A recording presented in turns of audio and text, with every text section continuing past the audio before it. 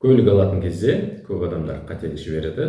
Солардың ішінен жиі таралған қателіктерді мен қазір сіздерге айтатын боламын. Осы видеоны соңына дейін көрмей, өзіңізге көлік алуға асықпаңыз.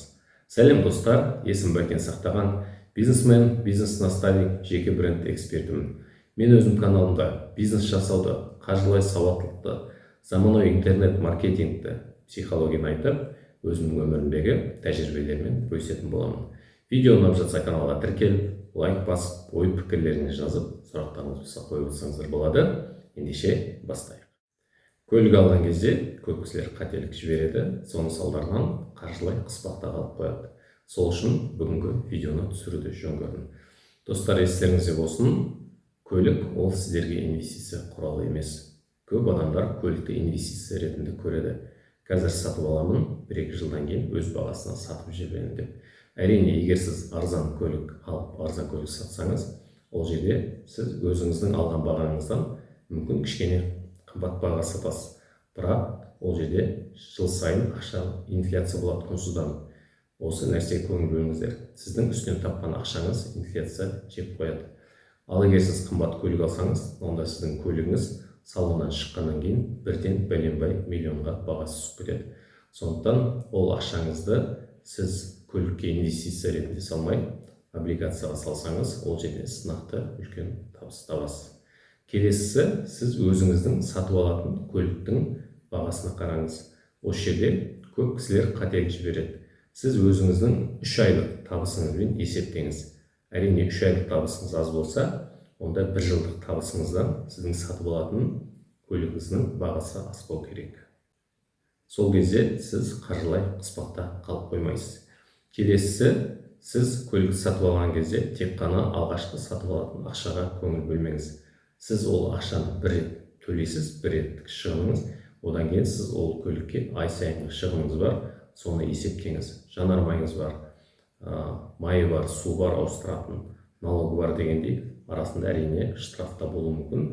Соның бәрін есептеп, сіз қаржылай қыспақта қалып қоймайсыз ба? Ол көлікті алған кезде сіз ертең ол көлікті асырауға қанша ақшаңыз кетеді, осыған көңіл бөліңіздер. Осы жерде көп кісілер қателік жібереді.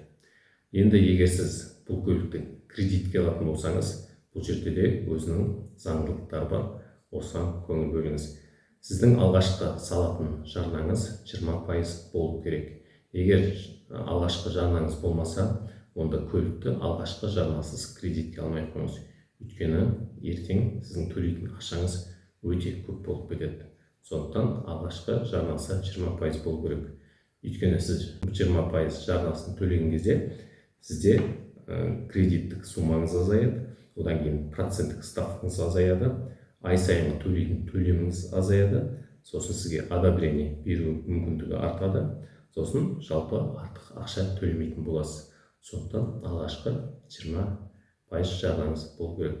Одан кейін 4 жылға алуыңыз керек. Өйткені банк орташа 3 пен 5 жыл арасындағы өзінің кредиттік сізге жасайтын жағдайы жеңілірек болады. Сондықтан осы 4 жылға алсаңыз дұрыс болады. 7 жылға алсаңыз, ол кезде сіздің үстінен төлейтін ақшаңыз сіздің көлігіңіздің нарықтағы бағасынан да асып кететін болады. Сондықтан осыған көңіл бөліңіздер. Содан кейін өздеріңіздің ай сайынғы кредитке төлейтін ақшаларыңыз 10% бен 20%-тан аспау керек. Егер одан асып кетсе, онда сіз ертең қаржылай қыспақта қалатын боласыз.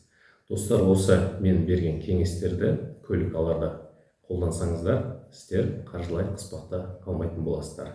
Видео сіздерге өте пайдалы болды деп ойлаймын. Видео пайдалы болса, видеоны достарыңызға, таныстарыңызға, жақындарыңызға барынша көбірек таратыңыздар. Өйткені бұл видео ол кісілерге өзінің үлкен пайдасын тигізетін болады. Видеоның басынан соңына дейін көргендеріңізге үлкен рахмет. Келесі кездескенше сау саламат болыңыздар. Сіздермен бірге болған Бәкен Сақтаған.